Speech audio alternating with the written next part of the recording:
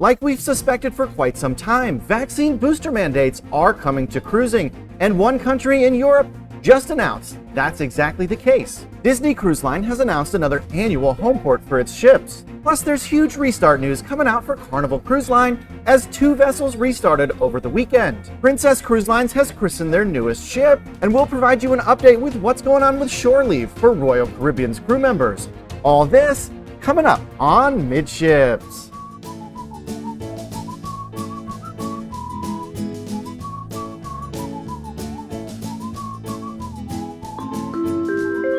Hey, welcome to the Midships YouTube channel. I'm your Captain Corey. Thanks so much for stopping by the channel today. Well, as you can see, I am still aboard the Carnival Mardi Gras. I'm actually in the French Quarter. This is deck 6, immediately to your left as you hop on board the Mardi Gras. I'm actually sat here in what's known as the fortune teller bar, but the background here is absolutely fantastic. Now, however, they do have some really loud music blaring, so hopefully you're able to hear me over it. That's why I'm talking a little bit louder than I typically would do in a Midships episode. So to give you a quick update on the status of my cruise, we were in Costa Maya, Mexico yesterday.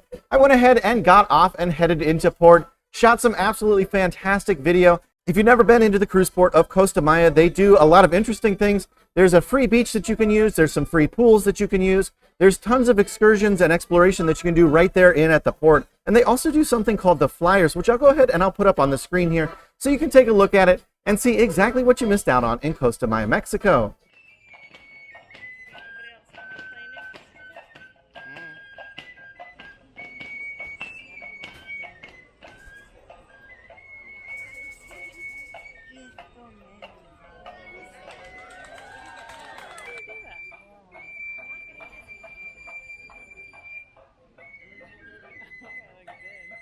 So if you'd like to see some more behind the scenes content on any of the cruises I've taken, go ahead and subscribe to Midships on Instagram. All you have to do is search for Midships Cruise. Now let's hop into today's cruise news, and we're going to start off with the Disney Cruise Line. From cruiseradio.net by Sarah Bretz. Disney Cruise Line names Port Everglades its second year-round home port. Broward County Commission and Disney Cruise Line have announced a new agreement that will make Port Everglades Disney's second year-round home port. The cruise line has entered into a 15-year partnership with the port, which includes a minimum of 10.6 million passenger movements and 3 5-year extension options that could add another 11.25 million passengers through the port. The agreement provides for one ship to be homeported in Port Everglades year-round, beginning in fall of 2023, joined by a second seasonal ship in 2025. And Disney has yet to announce exactly which ship they're going to be homeporting in Port Everglades, but that's exciting for all of you down in South Florida. And speaking of exciting news, there's 2 cruise ship restarts to report on for Carnival Cruise Lines. From cruiseindustrynews.com,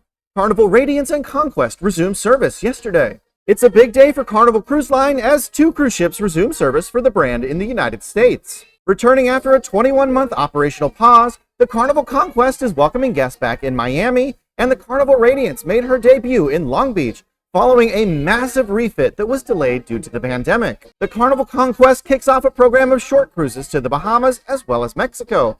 The vessel's 3- and 4-night itineraries include stops at Half Moon Cay as well as Princess Cays, 2 private destinations operated by Carnival Corporation in the Bahamas.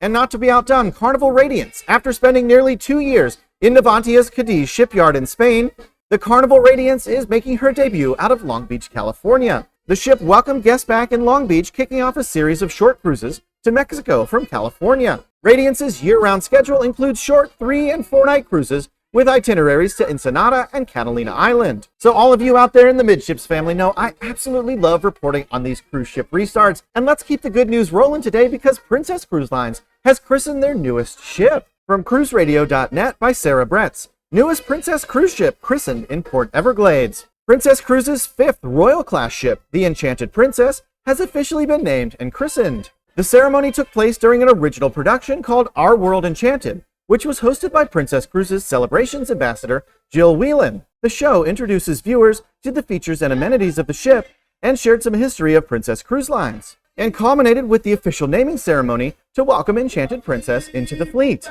And here we have our first look inside the naming ceremony for the new Enchanted Princess. The 3,600 passenger vessel represents an evolution of the design platform that was used for Enchanted Princess's sister ships, Royal Princess, Regal Princess, Majestic, and Sky Princess. And here we have our first look at the Enchanted Princess, and just like you'd expect from any ship in the Princess fleet, It sports a beautiful, iconic design. So congratulations to Princess Cruises for their newest ship. Now, a few weeks ago, we reported on Norwegian Cruise Line's crew members sending a demand letter up the chain because they've been denied shore leave. And they're not the only cruise line that's been doing that.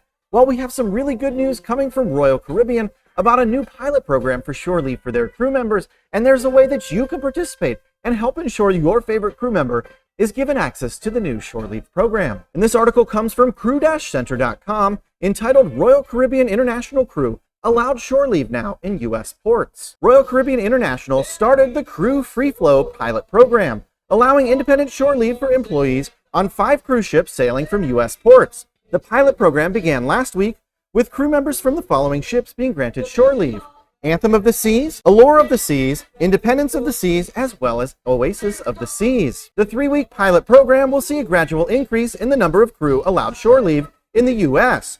There's a sign-up process on board, and to make it fair, crew from every department will have a chance to be granted access. If the program turns out to be successful, hopefully Royal Caribbean will extend it to other ships arriving in U.S. ports. Also, crew members on some Royal Caribbean ships are allowed to go out in ports with guest tours. This option is granted as an award for the crew who received the most comments in the guest comment cards. So like I said, that is your way to go ahead and help ensure that your favorite crew members, those who give you the best service aboard Royal Caribbean, are granted access into some of these programs that actually allow them off of the ship. As many of you will know, and some of you may not know, crew on board most cruise lines in the U.S. are not able to leave the ships during the duration of their contract, except maybe to go ashore on the cruise line's private islands. Now it's time to get into today's thumbnail story about booster shots being required to cruise over in France. From CruiseCritic.com by Aaron Saunders. France mandates COVID booster shots for cruise passengers going ashore. Beginning December 15th, cruise passengers hoping to go ashore in French ports of call will be required to have a booster shot for COVID, in addition to their full vaccine. German brand IATA broke the news, issuing the new requirements on their website. And here is a quote from the cruise line that's been translated from German. And they're quoted as follows: "The following official requirement is relevant for all guests who are planning to go ashore in France from December 15th, 2021.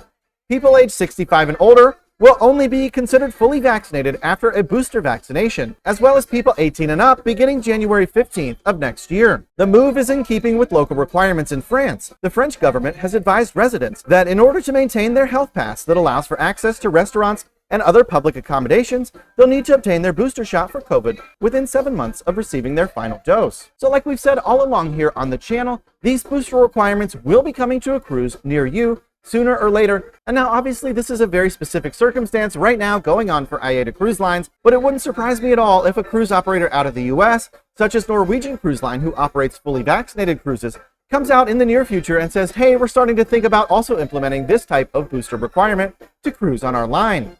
If you made it this far into today's episode, why haven't you subscribed to the channel yet? While you're down there, make sure you hit a big thumbs up on this video. It's the only way to tell YouTube to push this out to more cruisers like you. Thanks so much for stopping by the channel today, and until tomorrow, we'll see you on the Midships.